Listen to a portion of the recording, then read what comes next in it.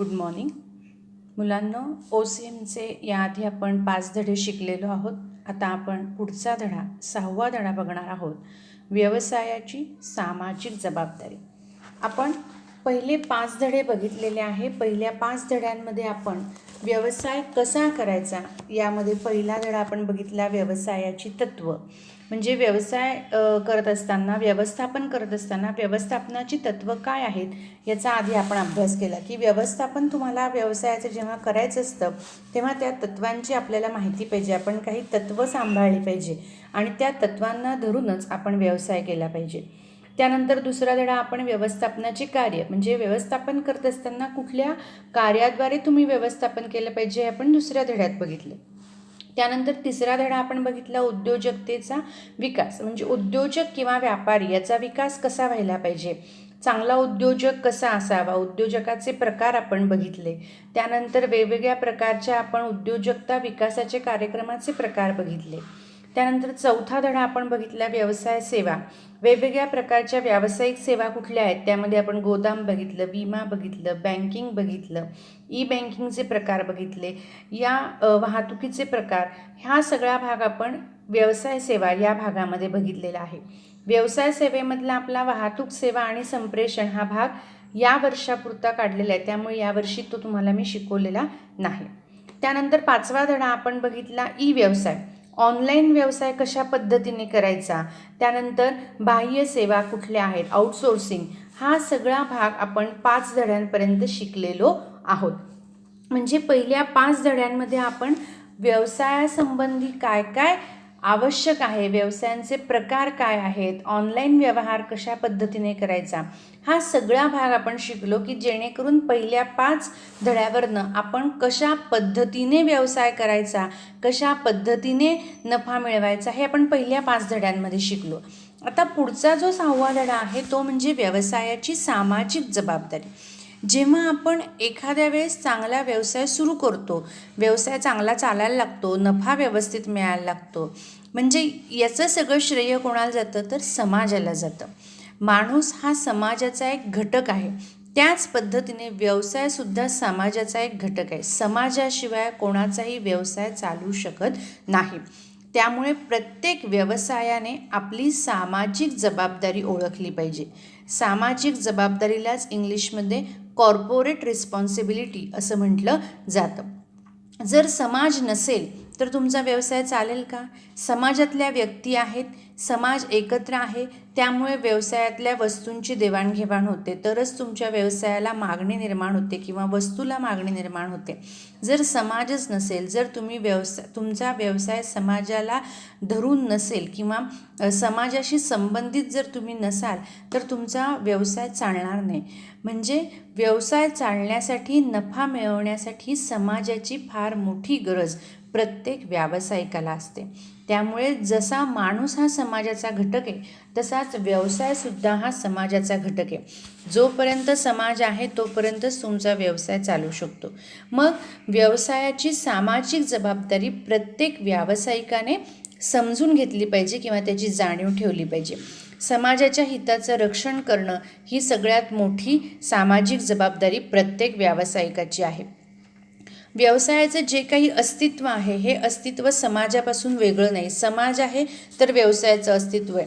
तुम्ही असं म्हणू शकत नाही की माझा व्यवसाय मी एकट्या बळावर करेल. समाजाशिवाय तुम्ही व्यवसाय करू शकत नाही. समाजाच्या प्रत्येक भागाचं तुमच्या व्यवसायाच्या यशामध्ये थोडं तरी योगदान असतंच. मग या योगदानाची जर तुम्हाला परतफेड करायची असेल तर तुम्ही समाजासाठी काहीतरी केलं पाहिजे. तुम्ही समाजाचं देणं लागता. त्यामुळे समाजाप्रती प्रत्येक व्यवसायाची काहीतरी जबाबदारी असते आणि या जबाबदारीलाच सामाजिक जबाबदारी असं म्हटलं जातं. फक्त जर नफा मिळवणं हे एकच उद्दिष्ट ठेवलं तर तुमचा व्यवसाय पुढे जाणार नाही. म्हणून प्रत्येक व्यावसायिकाने नफा तर मिळवलाच पाहिजे. नफा मिळवा हे तुमचं उद्दिष्ट तुम्ही ठेवाच, पण त्याचबरोबर समाजातल्या विविध घटकांच्या कल्याणासाठी सुद्धा तुम्ही काम केलं पाहिजे. हेही तुमचं उद्दिष्ट असलं पाहिजे. यालाच सामाजिक उद्दिष्ट किंवा यालाच सामाजिक जबाबदारी असं म्हटलं जातं. प्रत्येक व्यवसाय संस्था एकमेकांशी सुसंवाद साधून चर्चा करून पर्यावरणासंबंधित काम करू शकतात. आपल्या व्यवसायामुळे पर्यावरणाला धोका पोहोचणार नाही किंवा पर्यावरण सुरक्षित कसं राहील, या सगळ्या गोष्टींसाठी व्यवसायाने प्रयत्न केले पाहिजे. व्यवसायाला आवश्यक असणारा जो काही मनुष्यबळ आहे, यंत्रसामुग्री आहे, साहित्य आहे, कुठनं मिळतं? हे समाजातूनच मिळतं. मग जेव्हा तुम्ही तुमचा व्यवसाय चालवण्यासाठी समाजाकडनं या गोष्टींची अपेक्षा करता, समाजाकडनं या गोष्टी स्वीकारता, तेव्हा तुम्ही समाजाला काहीतरी त्या बदल्यात दिलं पाहिजे. हीच तुमची सामाजिक जबाबदारी आहे. त्यामुळे प्रत्येक घटकाकडनं जेव्हा तुम्ही काहीतरी घेता, तेव्हा तुम्ही समाजाला त्यानुसार परतफेड त्याची केली पाहिजे. सामाजिक जबाबदारी ही जी काही सामाजिक जबाबदारीची संकल्पना आहे, ही समाजासंबंधी आहे. समाजाच्या हिताचं संरक्षण करण्यासाठी सामाजिक जबाबदारीची संकल्पना निर्माण झालेली आहे. व्यवसायाची सामाजिक जबाबदारी ही समाजाच्या गोष्टींबद्दल किंवा समाजाच्या मूल्यांबद्दल निर्णय घेणं, उद्दिष्टांची पूर्तता करणं, अपेक्षित कृती करण्याशी संबंधित ही संकल्पना आहे. व्यवसायाची सर्व कार्य हे समाजाला कोणत्याही घटकाला नुकसान न ठरता समाजाचं संरक्षण कसं होईल या पद्धतीने ती व्यवसायाची जबाबदारी किंवा सामाजिक जबाबदारी व्यवसायाने पाळली पाहिजे. मग आता आपण सामाजिक जबाबदारीची व्याख्या बघूया. सामाजिक जबाबदारीच्या 2 व्याख्या त्यांनी इथे दिलेल्या आहे. पहिली व्याख्या आहे त्यातली हॉवर्ड डी बोवेन यांनी काय व्याख्या केली ती बघूया आपण. सामाजिक जबाबदारीने निर्णय घेणाऱ्या अशा धोरणांचा पाठपुरावा करावा किंवा अशा कार्यप्रणालीचे अनुकरण करावे जी आपल्या समाजाच्या उद्दिष्टांची व मूल्यांची जोपासना करते. हॉवर्ड बोवेन असं म्हणतात की सामाजिक जबाबदारीने निर्णय घेणारे जे काही धोरण आहेत, त्या धोरणांचा तुम्ही पाठपुरावा करा, त्या कार्यप्रणालीचं तुम्ही अनुकरण करा. हे अनुकरण का करावं? की जेणेकरून समाजाच्या उद्दिष्टांची आणि मूल्यांची जोपासना करता येईल. म्हणून तुम्ही सामाजिक जबाबदारीचा निर्णय घेत असताना धोरणं आखली पाहिजे, त्या धोरणांचा पाठपुरावा केला पाहिजे आणि त्यासाठी योग्य ती कार्यप्रणाली तुम्ही अवलंबली पाहिजे. त्यानंतर कॅथ डेव्हिस यांची व्याख्या आहे. व्यवसाय संस्थेच्या आर्थिक व तांत्रिक हितापेक्षा व्यावसायिकाने जे निर्णय व जी कार्य समाजाप्रती कर्तव्य मानून केली जातात त्यालाच सामाजिक जबाबदारी असं म्हटलं जातं. मी तुम्हाला मगाशीच म्हटलं, व्यवसाय करतायत, व्यवसाय हा समाजाचा घटक आहे. समाज नसेल तर तुमचा व्यवसाय चालणार नाही. मग फक्त आर्थिक उद्दिष्ट डोळ्यासमोर ठेवून किंवा फक्त नफा मिळवणं हे उद्दिष्ट डोळ्यासमोर ठेवून काम न करता तुम्ही समाजाची पण काहीतरी कर्तव्य आपण पार पाडली पाहिजे, हे जेव्हा तुम्ही आत्मसात कराल तेव्हा त्याला सामाजिक जबाबदारी असं म्हटलं पाहिजे. प्रत्येक व्यावसायिकाने आपलं आर्थिक कार्य, आपलं तांत्रिक कार्य, आपलं आर्थिक हित, तांत्रिक हित हे जोपासलंच पाहिजे. पण या हिताबरोबर आपण समाजाचं काही देणं लागतो, आपण समाजाचं काही कर्तव्य आपल्याकडे आहेत, ती कर्तव्य आपण पार पाडली पाहिजे. हे जेव्हा तो समजतो तेव्हा त्याला सामाजिक जबाबदारी असं म्हटलं जातं. मग ही जी काही सामाजिक जबाबदारी आहे ही काही आत्ता नव्याने आलेली नाही आहे. तुम्ही म्हणाल की आता हा नवीन पायंडा आहे का? नाही. सामाजिक जबाबदारी ही संकल्पना नवीन नाही. पूर्वापार प्राचीन काळापासून ही पद्धत किंवा ही संकल्पना अनुसरली जाते, पण त्यामध्ये बदल होत गेला, काळानुसार ती बदलत गेली. पूर्वी आर्य चाणक्य किंवा ख्रिस्तपूर्व इतिहासकालीन खंडामध्ये जे काही तत्ववेत्ते होते, उपदेशक होते, त्यांनी सुद्धा व्यवसाय चालवताना नैतिक तत्वांचा आधार घ्या असं सांगितलं आहे. जे पूर्वीच्या काळी इतिहासकालीन किंवा ख्रिस्तपूर्व काळामध्ये सुद्धा जे तत्ववेत्ते किंवा जे उद्योजक होते म्हणा किंवा जे उपदेशक होते, जे समाजाला समाजाला उपदेश करायचे, त्यांनी पण असं सांगितलं आहे की जेव्हा तुम्ही व्यवसाय करता तेव्हा तो व्यवसाय करताना नैतिकता पाळा, नैतिक तत्वांचा तुम्ही आधार घेऊन व्यवसाय करा. मग नैतिक तत्व म्हणजे ही सामाजिक जबाबदारी. तुम्ही व्यवसाय करताय, व्यवसायाची सामाजिक जबाबदारी तुम्ही पार पाडली पाहिजे. समाजासाठी तुम्ही काहीतरी केलं पाहिजे. तुम्ही जो काही नफा मिळवता त्या नफ्यातला काहीतरी भाग तुम्ही समाजाच्या कल्याणासाठी वापरला पाहिजे, समाजाच्या हितासाठी वापरला पाहिजे. आणि हे काम तुम्ही स्वेच्छेने केलं पाहिजे, जबाबदारी म्हणून केलं पाहिजे. तरच सामाजिक हित जोपासलं जातं. आपल्या उदाहरण तुम्हाला सांगायचं तर आता आपल्या भारतामध्ये सुद्धा काही मोठ्या मोठ्या कंपन्या आहेत. या मोठ्या मोठ्या कंपन्या लाखो करोड रुपये कमवतात. मग ह्यासुद्धा त्यांची सामाजिक जबाबदारी जोपासत असतात. मग ही सामाजिक जबाबदारी कशा पद्धतीने जोपासायची?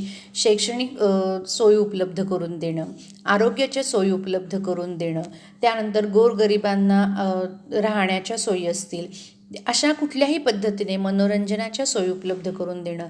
तुम्ही जर बघितलं तर मोठमोठ्या कंपन्या या प्रायोजकत्व स्वीकारून मोठ्या प्रकारचे संगीत कार्यक्रम, मोठ्या कलावंतांच्या, मोठ्या साहित्यिकांच्या मुलाखती आयोजित करत असतात.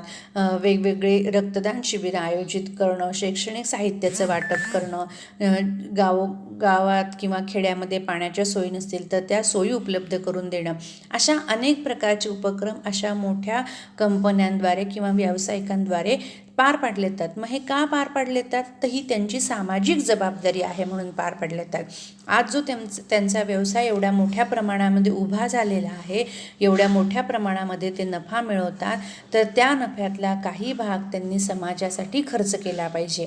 यालाच सामाजिक जबाबदारी असं म्हटलं जातं. आणि प्रत्येक मोठ्या कॉर्पोरेट कंपन्या किंवा मोठ्या व्यावसायिक संस्था ही सामाजिक जबाबदारी पार पाडत असतात. आता या अशा कोरोनासारखी महामारी आता आहे. या महामारीमध्ये सुद्धा तुम्ही बघितलं असेल, बातम्या बघितल्या असतील की मोठ्या मोठ्या कंपन्या अन्नधान्य पुरवणं, औषधं पुरवणं किंवा रुग्णसेवेसाठी सोयी उपलब्ध करून देणं, दवाखान्याची सोयी करणं, अशा अनेक सोयीसुविधा किंवा अशा अनेक गरजा समाजाच्या पूर्ण करत असतात. मग या गरजा पूर्ण करणं यालाच सामाजिक जबाबदारी असं म्हटलं जातं. आणि ही सामाजिक जबाबदारी प्रत्येक व्यावसायिकाने पार पाडली पाहिजे. यावरनं तुम्हाला सामाजिक जबाबदारी म्हणजे काय हे समजलं असेल.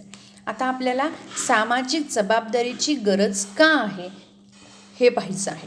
सामाजिक जबाबदारीची गरज काय आहे त्याच्यामध्ये त्यांनी ही गरज जी आहे ही गरज त्यांनी 12 मुद्द्यांच्या आधारे स्पष्ट केलेली आहे. ते आता आपण एकामागोमाग एक बघूया. त्यातला पहिला मुद्दा त्यांनी सांगितला आहे की विश्वस्त म्हणून. विश्वस्त ही संकल्पना आर्थिक सामाजिक तत्त्वज्ञानाची आहे. हा विचार सर्वप्रथम महात्मा गांधी यांनी पुढे आणला. जेव्हा तुम्ही कंपनी किंवा जेव्हा तुम्ही व्यवसाय एखाद्या समाजामध्ये निर्माण करता, तेव्हा त्या समाजाचा विश्वास तुमच्या व्यवसायावर असला पाहिजे, तरच तुमचा व्यवसाय टिकू शकतो. म्हणून समाजाचा विश्वस्त म्हणून, ट्रस्टी म्हणून तुम्ही समाज कल्याण हाती घेतलं पाहिजे, तरच तुमचा व्यवसाय योग्य चालेल.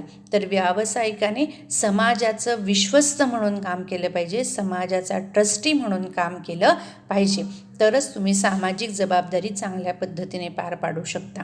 मग समाजाचा विश्वस्त म्हणून, समाजाचा ट्रस्टी म्हणून सामाजिक जबाबदारीची गरज निर्माण झालेली आहे.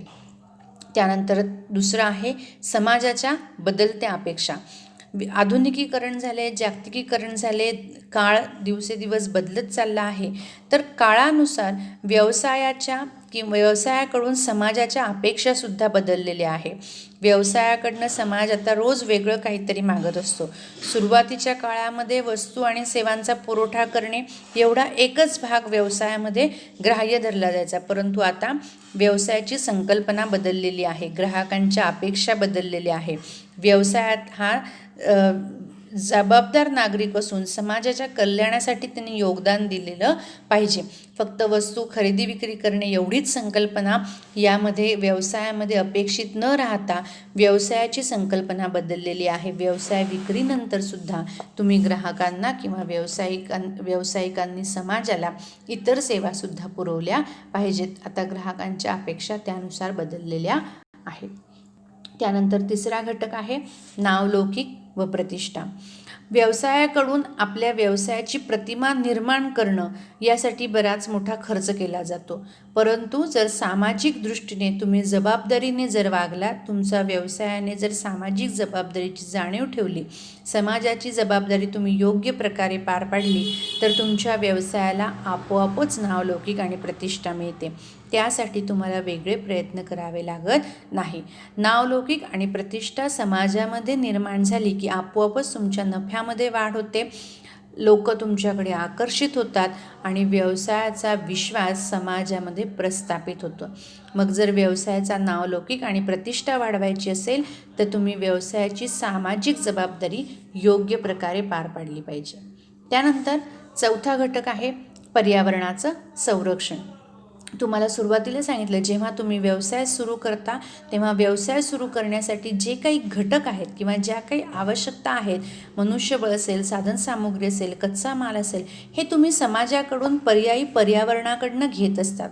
मग असं तुम्ही जेव्हा पर्यावरणातनं किंवा समाजाकडनं घेत असतात तेव्हा तुम्ही दुसऱ्या बाजूने विचार केला पाहिजे की आपल्या व्यवसायामुळे पर्यावरणाची हानी होणार नाही, समाजाला धोका निर्माण होणार नाही, प्रदूषण होणार नाही, ओझोनचा थर कमी होणार नाही, विषारी किंवा विघटन करणारे जे काही वायू आहेत ते हवेत सोडले जाणार नाही.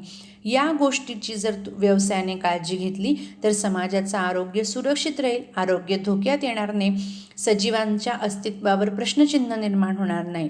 म्हणजे जेव्हा तुम्ही व्यवसाय करता तेव्हा व्यवसाय करत असताना तुम्ही पर्यावरणाचं संरक्षण केलं पाहिजे. यासाठी सुद्धा सामाजिक जबाबदारीची आवश्यकता निर्माण झालेली आहे किंवा गरज आहे. लोकांना पर्यावरणासंबंधी जागरूकता व्हावी, पर्यावरण संरक्षण केलं पाहिजे हे लोकांना समजावं म्हणूनही सामाजिक जबाबदारीची गरज आहे. त्यानंतर पाचवा आहे संसाधनाचा पर्याप्त वापर. व्यवसाय करत असताना तुम्हाला जी काही संसाधनं लागतात, फर्निचर असेल, फर्निचर तयार करण्यासाठी तुम्हाला लाकूड लागतं किंवा इतर जी काही कच्चा माल तुम्हाला लागतो तो कच्चा माल तुम्ही पर्यावरणाद्वारे घेत असता, समाजातनं घेत असता. मग हे घेत असताना त्याचा वापर योग्य प्रकारे केला पाहिजे, त्याचे नासधूस होऊ नये. जेवढं आवश्यक आहे तेवढंच तुम्ही घेतलं पाहिजे, जेणेकरून संसाधनं योग्य प्रकारे वापरली जातील, त्याची नुकसान होणार नाही याची जाणीव व्हावी म्हणून सुद्धा सामाजिक जबाबदारीची गरज आहे. सहावा घटक कामगार संघटनांचा दबाव. आधुनिक काळात कामगार आपल्या हक्काबाबत जागरूक झालेले आहे, कामगारांना आपले हक्क समजलेले आहे, कामगार संघटना झपाट्याने वाढत आहे, व्यावसायिक पर्यावरणामध्ये सुद्धा ते महत्त्वाची भूमिका बजावत आहे. मग असं होत असताना कामगारांच्या अपेक्षा काय आहेत हे व्यावसायिकाने जाणून घेतलं पाहिजे. व्यावसायिकांनी किंवा व्यवस्थापनाने कामगारांना खुश ठेवलं पाहिजे, त्यांना योग्य वेळी पगार, बोनस, योग्य त्या सवलती दिल्या पाहिजे, त्यांच्यामधला संघर्ष कमी केला पाहिजे. व्यावसायिकाने किंवा व्यवस्थापनाने आपली जबाबदारी ओळखून योग्य ती कृती केली पाहिजे की जेणेकरून कामगार संघटना आपल्याला दबाव टाकणार नाही किंवा आपल्याला अडचणीत आणणार नाही. जर तुम्ही कामगारांना योग्य त्या सोयीसवलती दिल्या, त्यांच्या योग्य त्या अपेक्षा पूर्ण केल्या तर तेही तुम्हाला मदत करतील किंवा तुमच्याबरोबर योग्य प्रकारे काम करतील. तर हे जाणण्यासाठी सुद्धा सामाजिक जबाबदारीची गरज आहे. आज आपण 6 पॉईंट सामाजिक जबाबदारीचे बघितलेले आहेत. उरलेले 6 पॉईंट आपण पुढच्या तासाला बघूया. शिकवलेला जो काही आत्ताचा भाग आहे नीट ऐका, समजून घ्या, नोट्स पाठवल्या जातील त्या वहीमध्ये लिहून घ्या. उरलेला भाग आपण पुढच्या तासाला बघूया. नमस्ते.